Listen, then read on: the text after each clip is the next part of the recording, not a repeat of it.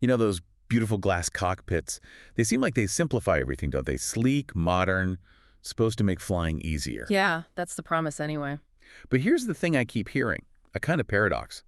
Mostly they do help, but these advanced avionics, they can actually introduce their own unique errors if you're not really watching closely. That's definitely something pilots encounter, especially when transitioning. Exactly. So today we're doing a deep dive into what some pilots call glass cockpit glitches.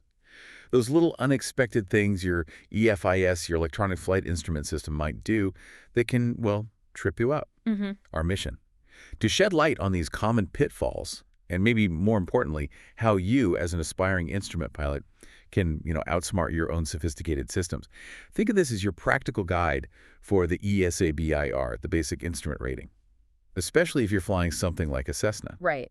And our focus today isn't just ticking boxes for the ESA exam. It's about what actually matters when you're up there in the soup flying IFR for real. We want to connect that essential theory directly to how you'd use it in the cockpit day to day, making sure you really understand it, not just memorize it. Perfect. So let's unpack one. A common glitch that sounds simple, but maybe isn't. Selecting the wrong navigation source. What's the real danger there? How does that little error catch pilots out? Yeah, this one. It's surprisingly common. It's a classic mode confusion issue. Sure. Our brains see what we expect to see on the screen, not always what's actually driving the needles or the map. Right, confirmation bias. Exactly. In your typical GA glass cockpit, you've got choices. GPS, maybe VOR1, VOR2, perhaps a localizer for an ILS. Let's say you're cleared for an RNAV approach, which uses GPS. Yeah. But maybe you forgot to switch the primary nav source display from VOR to GPS.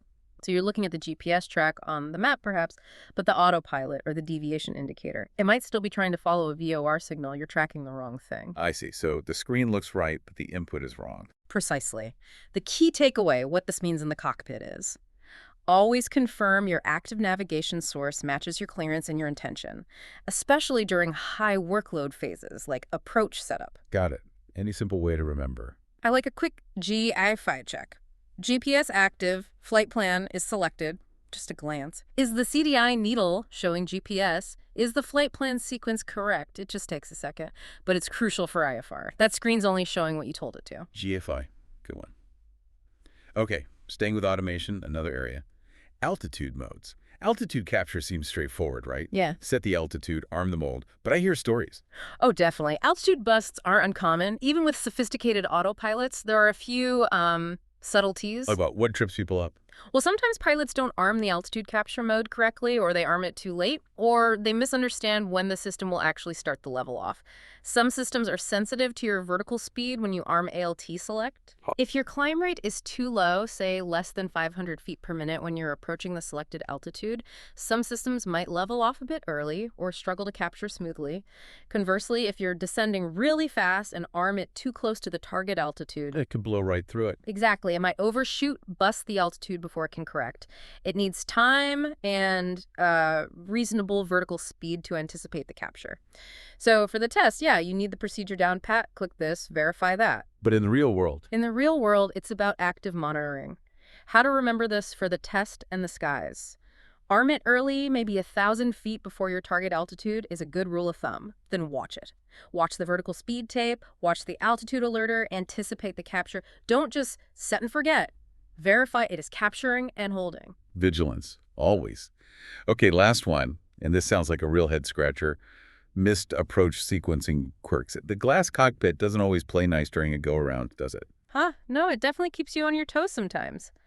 The biggest quirk, I'd say, is when the system doesn't automatically sequence into the missed approach procedure after you hit TOGA or activate the miss. It just stops. Or does something weird. It might just keep showing the leg to the runway, or sometimes it sequences, but the initial turn or track it commands is, frankly, bizarre or doesn't match the published procedure logically. Maybe it wants an immediate sharp turn that doesn't make sense. So what do? Panic. No, definitely don't panic. What examiners expect is that you know how to activate the missed approach in your specific system. But what really matters in flight, when the weather's low and you're going around for real, your readiness to intervene manually. Oh. Be ready to click off the autopilot, select heading mode HDG, fly the initial heading manually, and manage the climb yourself. Get the aircraft climbing safely first. Then, when things are stabilized, you can sort out the navigation, make sure the GPS is sequencing correctly, or re-engage the autopilot in the right modes. Sometimes you just need to go green side up, basic attitude flying using the PFD for a moment. Don't fight the automation if it's doing something dumb. Exactly. Don't be afraid to disconnect briefly and fly the airplane. You're still the pilot in Ah, command. So, really, it all comes back to this. These glass cockpits, they're fantastic tools. They enhance safety capability, but understanding their little quirks, their potential pitfalls, that's absolutely vital for safe IFR flying. It's about thinking critically, not just trusting the magic box blindly. right. So the goal isn't to be scared of the technology, but to be uh, empowered by knowing its limits. Knowing these common glitches helps you anticipate them, maybe even prevent them, and definitely makes you a safer, more confident pilot. So whether you're deep in study for your ESA BIR or just flying with glass, the takeaway seems clear. These advanced systems are incredible co-pilots, but true mastery. That comes from understanding their quirks and knowing how to, well, outsmart them when needed. And maybe a final thought to leave you with.